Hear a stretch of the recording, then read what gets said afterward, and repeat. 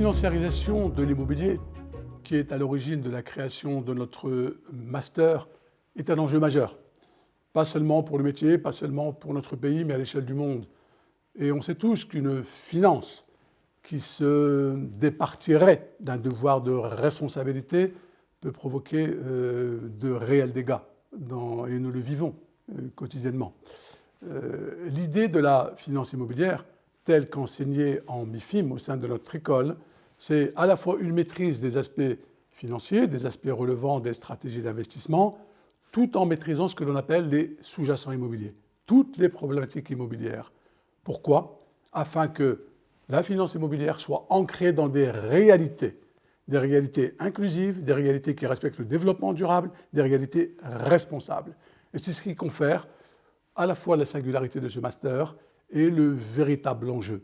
C'était valable dans l'absolu et ça a été exacerbé par la crise sanitaire qui s'impose à nous depuis un an, qui nous interpelle sur la nécessité de réinventer notre rapport à la ville, notre rapport à certains actifs. Et quand on dit actifs, on dit valeur et donc finance et finance immobilière.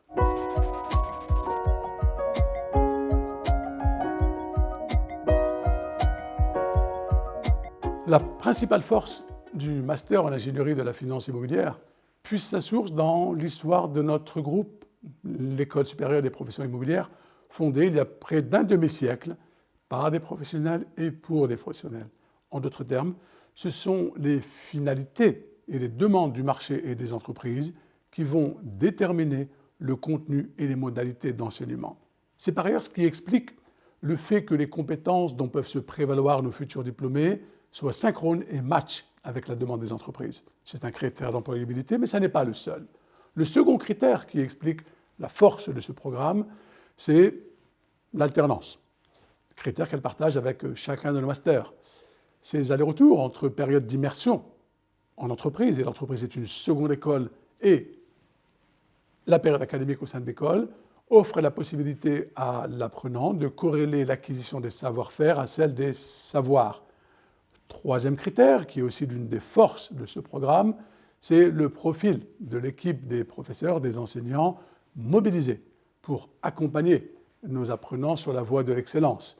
Nous avons d'une part des grands professionnels connus et reconnus par leurs pairs dans leur domaine d'expertise respective, auxquels sont adossés des enseignants-chercheurs qui permettent à nos étudiants d'acquérir le sens de la méthode, une capacité à conceptualiser, une capacité de recul, une capacité de hauteur de vue.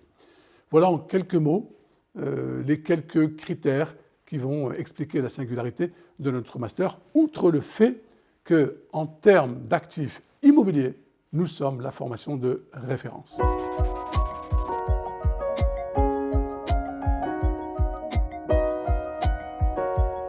S'il devait y avoir un secret, nous l'avons partagé avec les centaines d'étudiants que nous avons accompagnés sur la voie de l'excellence. Donc voilà, j'ai la faiblesse de croire que ce n'en est plus un. En tout cas, c'est notre réputation. Notre réputation est basée sur un triptyque. Savoir, savoir-faire, savoir-être. Nous partons du principe qu'à excellence équivalente, un déficit éventuel en termes de savoir et de savoir-faire peut se compenser dans la durée. Un déficit de savoir-être est absolument rédhibitoire. Et quand on parle de savoir-être, on ne parle pas de qualités accessoires, on parle de fondamentaux. On parle d'éthique, de déontologie, de devoir de réserve, de devoir de loyauté, de sens des responsabilités, du sens de l'engagement. Donc, vous l'aurez compris, c'est ce qui fait la différence entre une compétence responsable et une compétence irresponsable. Et quand on parle de finance au regard des enjeux, c'est absolument fondamental. C'est un principe préalable. Premier critère, nos apprenants, nos étudiants sont acteurs de leur formation. Ils participent de leur formation. Troisième critère, nous n'oublions jamais l'objectif. Quels que soient les enseignements, quelle que soit la façon dont nous enseignons, l'objectif, c'est de forger la crédibilité professionnelle d'un futur diplômé. L'objectif, c'est qu'à l'issue de sa formation, les compétences dont peut se prévaloir un futur diplômé soient en phase avec les attentes des employeurs les plus exigeants. Voilà en quelques mots les quelques secrets de fabrication de nos formations.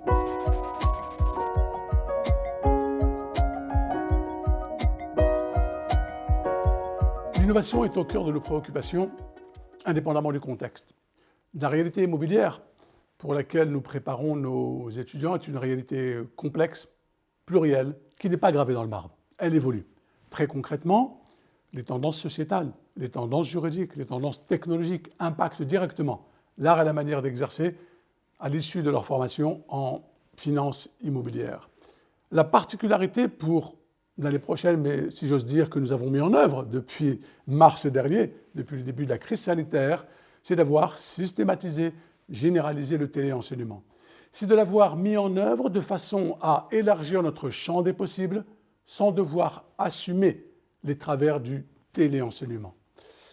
L'objectif, quand on reviendra à une forme un semblant de normalité, c'est d'orienter nos enseignements vers un mode hybride qui regrouperait le meilleur des deux modes, les meilleurs des deux mondes, le monde du téléenseignement, le monde distanciel, et le monde du présentiel. Voilà l'innovation majeure sur laquelle nous travaillons et qui a vocation à se généraliser dès la rentrée prochaine.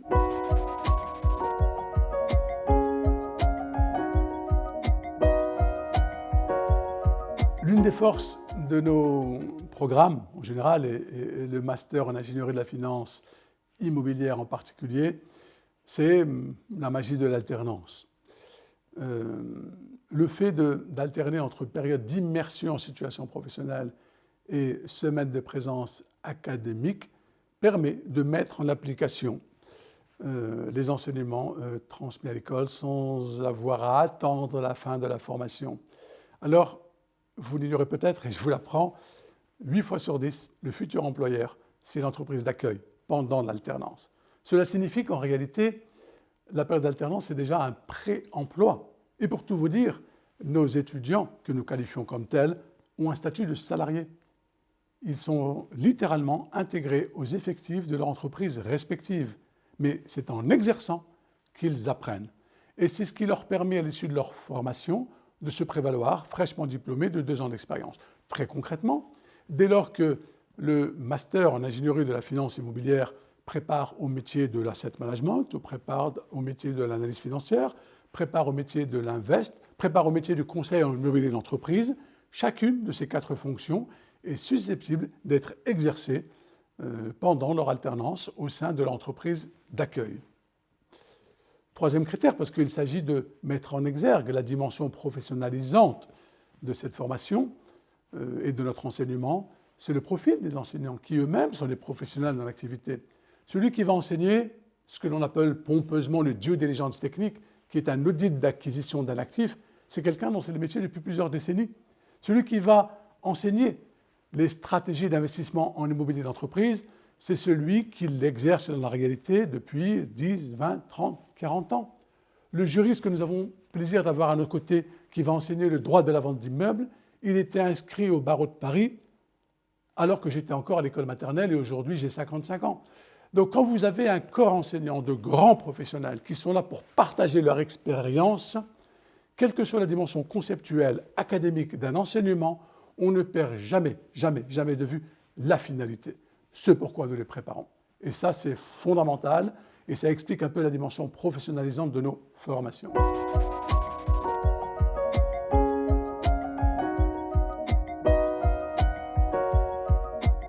Avec humilité, mais avec conviction et enthousiasme, et du haut de mes 10 ans d'expérience au sein du cycle master à l'École supérieure des professions immobilières, j'ai la faiblesse de croire que notre formation étant unique, elle est difficilement comparable.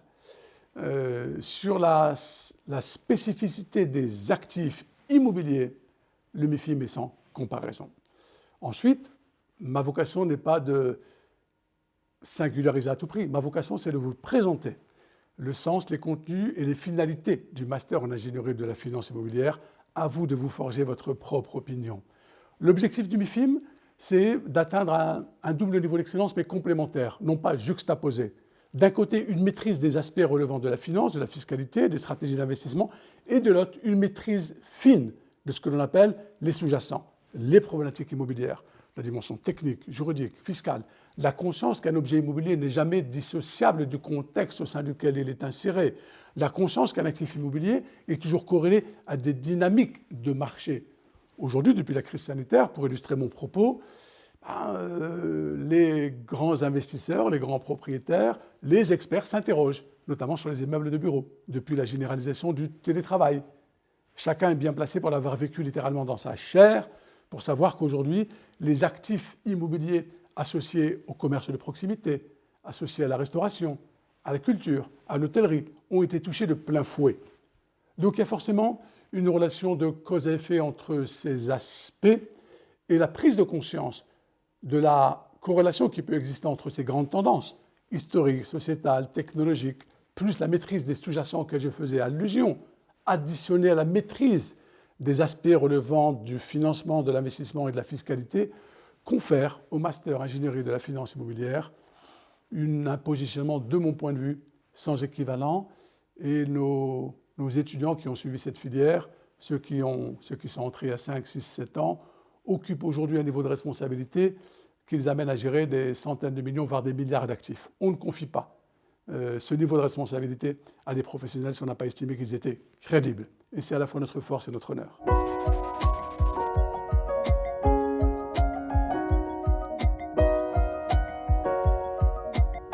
La force de l'ESPI, c'est d'avoir constitué progressivement un écosystème d'excellence, constitué par 1001 personnes qui, au-delà de leur singularité en termes de compétences, en termes de métier, partagent un idéal commun, sans angélisme, mais avec un pragmatisme bienveillant. Des personnes, dont j'ai l'honneur de faire partie, qui considèrent que la dignité, la déontologie, l'éthique, le sens des responsabilités sont des pierres fondamentales sur un édifice de compétences.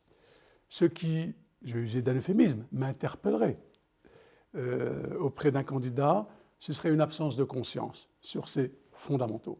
C'est fondamentalement le préalable, car notre écosystème permet, à défaut de garantir, d'assurer une forme d'excellence académique, une excellence professionnelle, mais nous n'avons pas vocation à éduquer.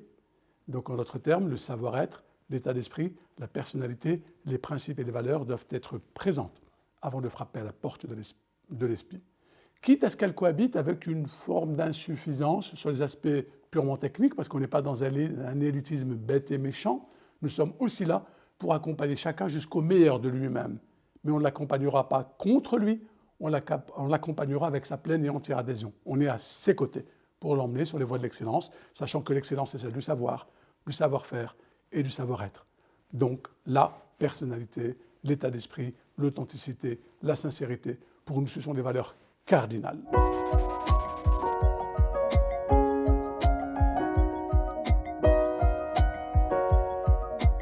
Je vous remercie de m'avoir écouté. J'ai peut-être été un peu long, mais si vous êtes encore à m'écouter, vous avez saisi l'essentiel de mon propos. Vous l'aurez compris, au-delà d'être une filière d'excellence, le master en ingénierie de la finance immobilière, à l'instar de chacun de nos programmes, c'est d'abord une aventure humaine. C'est d'abord le fait de tendre vers un maximum souhaitable, qui est composé effectivement d'une forme d'excellence académique et d'excellence technique, mais d'un sens de responsabilité. L'intime conviction de ne pas préparer un métier, mais une vocation. Une vocation étant un métier que l'on exerce avec passion. C'est ce que je vous souhaite.